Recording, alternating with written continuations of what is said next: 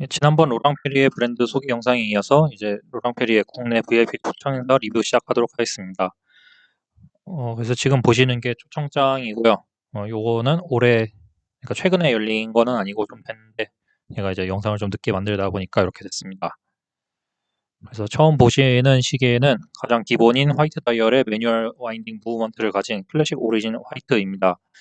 사이즈는 40mm에 두께는 11mm인데 개인적으로 10mm 넘는 두께는 별로 안 좋아하는 편입니다. 저는 출구 복장이 주로 셔츠랑 수트여서 얇은 시계를 선호를 합니다. 셔츠 안으로 들어오는 게 드레스워치의 미덕이라고 생각을 합니다. 그래서 조금 더 근접해서 다른 각도로 찍어봤습니다. 일단 11mm라는 숫자에 조금 거부감이 있었지만 막상 차보니까 11mm답지 않게 편한 착용감이었습니다. 무브먼트마다 와인딩 감이 다르기 때문에 한번 감아봤습니다. 직접 감아볼 때 감기는 느낌이 잘 나는 무브가 있고 아닌 무브가 있는데 이 무브먼트는 감기는 느낌과 소리가 뚜렷하게 나는 무브먼트였습니다. 사진 위에 보시면은 이제 여러 시계들 있는 게 보이는데 지금 보이는 이제 화이트 클래식 오리진 화이트는 동그란 모양인데 저 위에 이제 스퀘어 시계도 있고 최대한 많은 시계들 한국으로 가지고 오려고 노력하는 적이 보입니다. 그 다음 시계는 이제 보통 분들이 가장 좋아하실 만한 블루 다이얼의 클래식 오리진 시계입니다. 코비드 시절에 한창 블루 다이얼 붐이 일었었습니다. 바로 전 사진에 소개드린 클래식 오리진 화이트와 같은 스펙이면서 어, 스펙은 같지만 이제 요거는 블루 컬러 다이얼이고 스트랩도 블루 스웨이드라서 블루의 느낌을 잘 살렸고 스트랩 퀄리티도 나쁘지 않았었습니다. 예, 부드럽게 잘 감기고 뻣뻣하지도 않고 그 다음에 지금 보시는 시계는 로랑페리에의 스포츠 모델입니다. 요거 거의 메인으로 모으는 라인이라고 봐도 되고 그래서 코비드 시절에 하이엔드 브랜드들의 스포츠워치 시장 가격이 천정부지로 올랐었을 때 로랑페리에의 스포츠워치에도 당연히 프리미엄이 붙었었습니다. 이 시계가 보통 하이엔드 브랜드들의 스포츠워치와는 다른 점이 크게 두 가지가 있습니다. 첫 번째는 이제 사각의 느낌을 가지는 케이스를 사용한 점이고요. 대부분 아시겠지만 잘 아시는 하이엔드 브랜드들의 스포츠 시계는 거의 원형 케이스 형태를 하고 있습니다. 하지만 로랑페리에의 스포츠 워터는 사각 케이스라서 조금 더 눈이 갔고요. 그 다음에 두 번째 차이점은 소재입니다. 티타늄 5를 메인으로 해서 제작을 했고 그래서 제가 굳이 티타늄 5를 쓴 이유가 있냐고 물어보니까 첫 번째 이유는 다른 브랜드들이 스포츠 워치에 쓰지 않는 특이하면서 적합한 소재를 찾았고 그게 티타늄 5였다고 했습니다. 두 번째 이유는 티타늄 5 특유의 매트함을 시계에 담아내고 싶다고 했습니다. 사진에서 보다시피 티타늄 5 특유의 매트한 회색 질감을 보실 수 있습니다. 그 다음에 지금 보시는 시계는 로랑페리에의 클래식 트루비용 더블 스파이럴 모델이고 이제 오닉스 다이얼입니다. 겉보기에는 그냥 평범한 오닉스 다이얼 시계 같지만 무려 뚜루비용이 들어가 있습니다. 근데 보통 뚜루비용 시계들은 전면부에 뚜루비용의 미적 아름다움을 그대로 드러내도록 설계를 해놨는데 로랑페리에의 뚜루비용은 다이얼 부분에선 뚜루비용의 미적 아름다움을 드러내지 않고 오로지 텍스트로만 써놨습니다. 사일런트 럭셔리를 표방을 해서 이런 컨셉으로 만든 것 같은데 몇몇 시계 애호가들이 뚜루비용을 탑재해놓고 왜 전면부에 안 보여주냐고 워낙 많이 얘기들을 하셔서 몇몇 모델에서는 뚜루비용이 앞에서도 보이는 모델들을 출시를 한 걸로 알고 있습니다. 그래서 다음 장에 준비를 했는데 이 시계 보시면은 이제 뚜루비용이 앞에서도 잘 보이죠. 근데 지금 사진에 보시는 이 모델은 정말 구하기가 힘듭니다.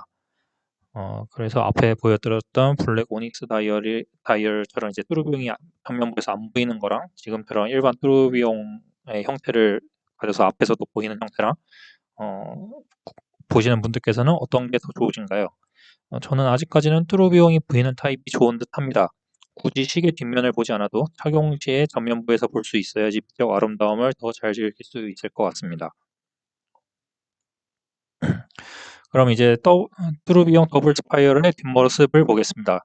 그래서 사진을 잘 보시면은 메인 배럴이랑 뚜루비용 보이고 이제 에스케이프먼트 휠도 보입니다.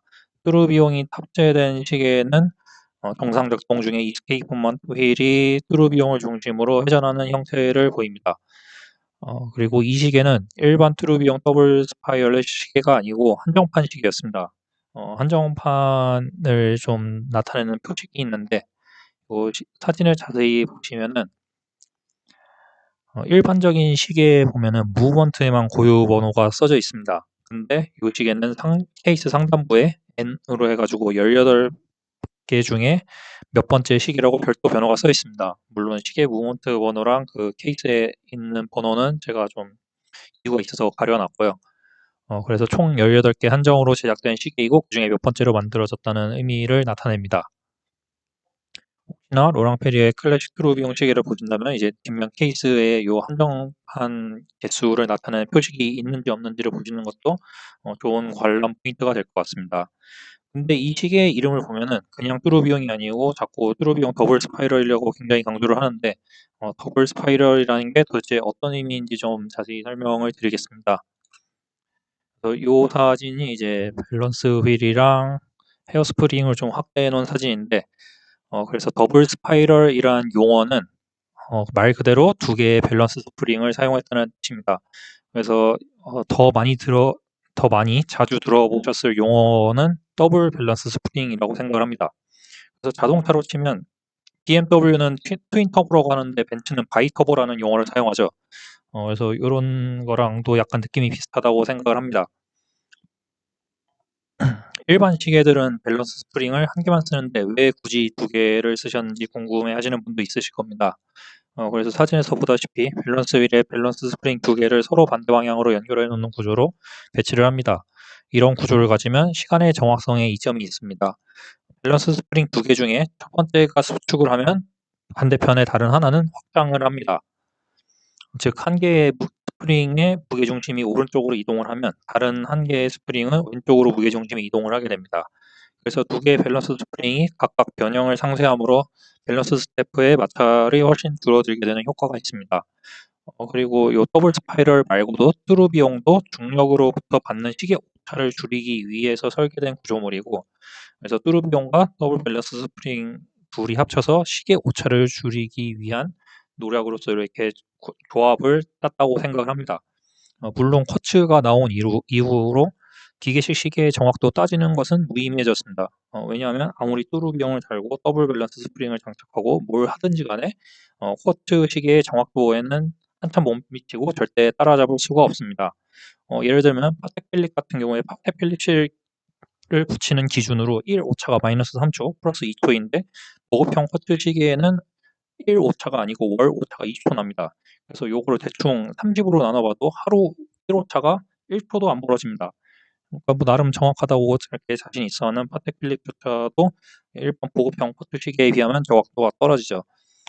그래서 하이엔드 브랜드 시계들은 쿼츠 파동 이후에 더 이상 정확도에 집착하는 스탠스를 버렸고, 그래서 다 그 쿼츠 파동 이후에는 이제 시계는 예술품이다라는 마켓 포지션으로 이동을 했고, 그래서 마켓 포지션이 하이엔드도 아니고 완전 저렴한 것도 아니고 애매한 포지션에 있는 시계 회사들은 그 당시에 파산을 하거나 혹은 스와치 혹은 리치몽, 리치몬드 그룹의 인수가 많이 됐었죠.